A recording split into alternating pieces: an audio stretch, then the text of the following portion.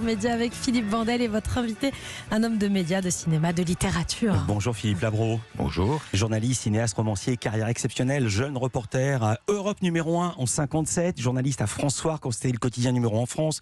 Vous avez présenté le JT d'Antenne 2, vous avez réalisé 7 films, je ne vais pas tous les citer, L'Héritier, La Crime, Rive droite, Rive gauche, écrit des livres qui ont parfois dépassé le million d'exemplaires. On est très heureux que vous soyez ici à Europe 1. Vous chantiez cette chanson car vous avez écrit aussi des chansons pour Johnny, dont Ma jolie Sahara. Oui. Avant qu'on parle de l'actu, comme je vous tiens, la question que tout le monde se pose, plus personne ne sait, qui était Sahara, Philippe Labro? Personne, c'était une invention. C'est une invention. Les deux compositeurs, Tommy Brown et Mickey Jones, qui étaient des petits génies, c'est eux qui nous ont amené toutes les musiques sur lesquelles on a fait avec Johnny en 15 jours dans le studio des Beatles à Londres, l'album Flagrant délit. Nous amènent de la musique, ça s'appelle le corset musical, et dedans, il faut mettre des paroles.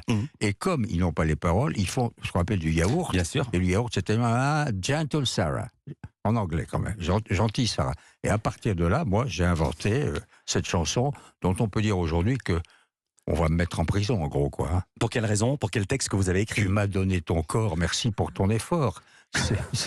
C'est très, très misogyne. Ouais. Mais vous le chantiez dans le studio d'Europe 1, vous faisiez le karaoké de la chanson. Mais parce que le rythme est formidable. On est d'accord. Ils ont fait une musique, les voix des filles sont inouïes. Et puis malgré tout, il y a de la philosophie, mon cher Philippe Vandel. Qu'est-ce qu'il nous dit? Il nous dit tout change, ce qui est vrai, et qu'il n'y ait pour rien ce qui est vrai. Et il s'excuse aussi d'avoir été mauvais au lit si on écoute, si on lit entre les lignes. Alors la raison de votre venue ce matin, Philippe Labro, oui. C'est la télévision. Votre actu, c'est celle-ci, L'Essentiel.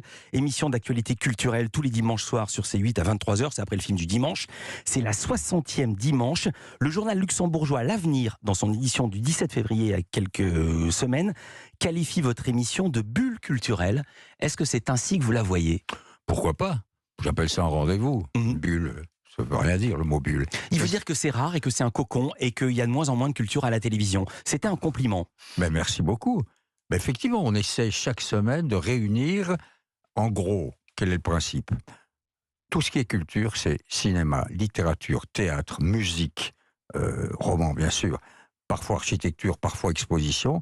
Et puis, de temps en temps, je peux faire venir un toubib. Par exemple, dans 3 semaines, je vais faire venir une généraliste qui a écrit un bouquin qui s'appelle « Tout dans la tête du médecin ». Donc, on essaie de faire tout ce qui est la culture, avec à la fois 2 hommes, 2 femmes, toujours, et on varie, quoi. Par exemple, l'émission d'après-demain, dimanche soir, le numéro 60, j'ai Alexis Michalik, que vous connaissez bien metteur en sûr, scène de théâtre et comédien, dramaturge, pour son nouveau film qui s'appelle Une histoire d'amour. Donc, les extraits du film. Ensuite, Laurence Equilbet, qui est la chef d'orchestre. Il y a très peu de femmes chefs d'orchestre qui dirigent un ensemble qui s'appelle Accentus et qui est une femme qui a inspiré en partie le personnage de Tar de Kate Blanchett, le fameux film. Bien. Ensuite, Eliette Abécassis, romancière, pour son nouveau livre qui s'appelle Un couple, qui sort chez Grasset. Et puis une jeune chanteuse un peu inconnue, Sophie Morin, parce qu'on aime bien terminer toujours sur de la musique et aller chercher des jeunes que personne ne connaît et qu'on lance. Voilà. 240 invités en 2 émissions, en 60 émissions, une centaine de films, une centaine de romans, une centaine de pièces, et puis 60 directs, puisque à chaque fois... Ah oui, il faut raconter ça. Il y a la musique à la fin. Oui, et c'est du direct. On enregistre ça le mercredi dans les conditions du direct et c'est diffusé le dimanche. Donc on aime faire ça, moi j'aime parce que c'est ce que j'aime, Philippe, c'est-à-dire le mélange. L'essentiel, c'est la culture, bien entendu. C'est beaucoup plus important que le reste. Évidemment, en référence à ce qui s'est passé pendant le Covid, où le gouvernement a laissé penser que, peut-être l'avait même dit officiellement, que la culture n'était pas essentielle, qui n'est absolument pas votre avis. C'est pas seulement le mien. Pas seulement le mien. On a quand même rouvert les librairies, mais elles étaient fermées. Ce qui était un criminel, quoi. Comment sont les audiences? Elles sont plutôt bonnes, mais enfin, on peut pas dire, c'est pas des millions de gens. Le maximum qu'on ait fait, en gros, on évolue entre 60 000 et 120, 130 000 auditeurs. Mais je me rends compte que c'est ceux qui écoutent en parlent beaucoup. Et comme il y a si peu de rendez-vous culturels, comme vous le disiez très bien, je croule sous les bouquins, moi. Très très peu, parce vraiment. Il y a des chroniques dans l'émission et il y a mes coups de cœur. Ça dure 3 minutes où je donne un coup de cœur pour tel ou tel bouquin que j'ai reçu. Je reçois 50 livres par semaine. Je vais citer votre record d'audience, c'était avec Fabrice Lucchini, qui est un des meilleurs clients qui soit, 122 000 téléspectateurs. Dans la lettre de l'audiovisuel, c'est il y a 2 ans, vous citiez les émissions culturelles à la télévision, Passage des Arts, qui n'existe plus, mais qui a été remplacée par l'émission de Lescure sur le cinéma. C'est à vous, la Grande Librairie, puis la chaîne Culture Box. Rien que des programmes du service public. Où est passée la culture sur les télévisions privées? Et je le dis avec d'autant moins de gêne que C8 est une chaîne privée et qui donne une place à la culture. Mais la culture, elle est passée chez nous. Parce que je vous signale que d'ici quelques semaines, toujours sur C8, sans doute après mon émission, il y aura des concerts de musique classique.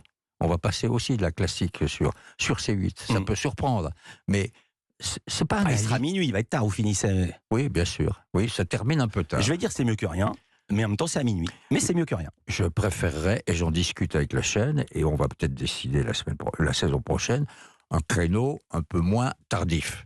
Parce que selon la durée du film qui est avant et que je lance, c'est la séance du dimanche soir, je lance le film. Je vais en dire un mot. Parce que vous faites à l'ancienne, comme pivot. À la fin de Pivot, il y avait Claude Jean-Philippe qui venait parler d'un film. Ouais. Et vous êtes à la fois Pivot et Claude Jean-Philippe.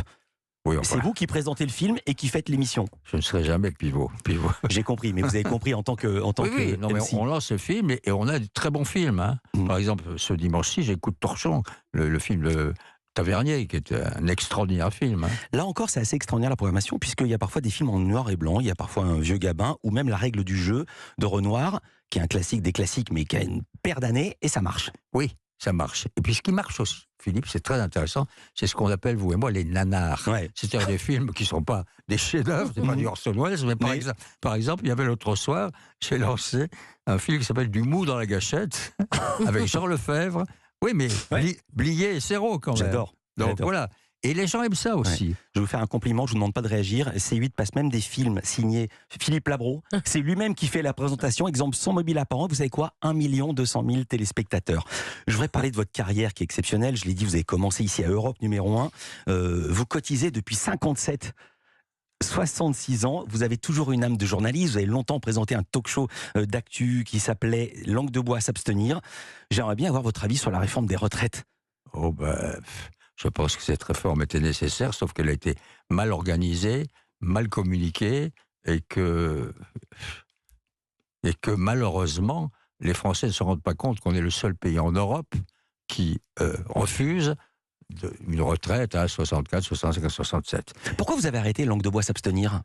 Parce que ça marchait bien aussi. Oui, très bien, mais parce que d'abord, ça faisait 10 ans que je le faisais. Ouais, ça c'est un bon argument. Oui, c'est vrai. Oui, si, il faut tourner les pages. c'était pas ironique, c'est un très bon argument. Et puis, j'en avais un peu assez de la politique, et c'est arrivé au moment où on en parlait il y a un instant, on nous a expliqué que la culture n'était pas essentielle. Et ça m'a rendu fou. Donc, on a discuté avec la chaîne, j'ai dit, allez, on invente l'essentiel. Et ils ont appelé ça Chez Labro. Au début, je leur ai dit, écoutez, non, c'est un peu prétentieux, Chez Labro. Mais pourquoi pas? Parce que je crois savoir que les gens viennent aussi parce que c'est chez moi. Mais évidemment, oui, c'est vrai, il y a votre carnet d'adresse aussi pour avoir les invités. C'est ça. Ouais. On est bien d'accord. Prochain roman, prochain écrit, Philippe Labro? Eh bien, on travaille dessus. Ah, vous parlez, c'est un collectif. Vous dites c'est un on de majesté. C'est Labro et Labro. Non, je travaille dessus, mais j'ai quand même tellement d'activités journalistiques que c'est un peu dur de trouver les heures pour écrire ce que j'appelle un livre de transition, puisqu'il vient après J'irai nager en plus de rivière, qui était très très personnel. Oui, et très fort, plein de choses, pas fort, mais plein de choses, comme un œuf. Et je pense que j'ai encore sous le coup d'un autre livre de ce genre, c'est-à-dire portraits, souvenirs, citations et sagesse.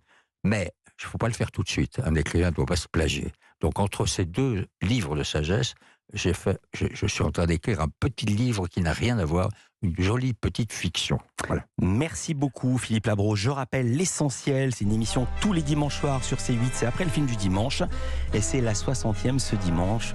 Merci d'être venu dans l'ex-Europe numéro 1 qui est désormais Europe 1. Merci Philippe.